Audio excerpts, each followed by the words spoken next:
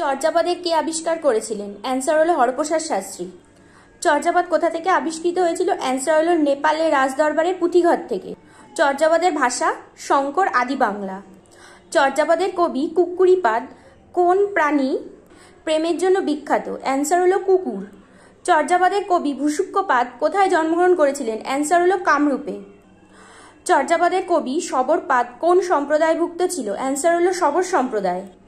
চর্যাপদের কবি লুইপাদ কিসের জন্য বিখ্যাত ছিল? অ্যান্সার হলো মাছ ভোজনের জন্য তিনি বিখ্যাত ছিলেন। চণ্ডীদাসের কাব্যের বিষয় কি? অ্যান্সার হলো রাধাকৃষ্ণের প্রেম। বড়ুচণ্ডীদাস ও পণ্ডিত চণ্ডীদাস এই দুইজন ছিল ভিন্ন ব্যক্তি। গীতগোবিন্দ কোন ভাষায় লেখা? অ্যান্সার হলো সংস্কৃত ভাষা। শিবায়ন কাব্যের রচয়িতার নাম কি? অ্যান্সার হলো রামেশ্বর ভট্টাচার্য। ধর্মমঙ্গল কাব্যের বিষয় কি? অ্যান্সার হলো ধর্ম ঠাকুরের মাহাত্ম্য। রামপ্রসাদের পদাবলী মূলত কোন দেবীর উপর রচিত? অ্যান্সার হলো দুর্গা। এই ছিল বাংলা সাহিত্যের আদি ও মধ্যযুগ নিয়ে সংক্ষিপ্ত আলোচনা। ভিডিওটা যদি তোমাদের ভালো লেগে থাকে অবশ্যই like, comment and share, subscribe করতে ভুলো না।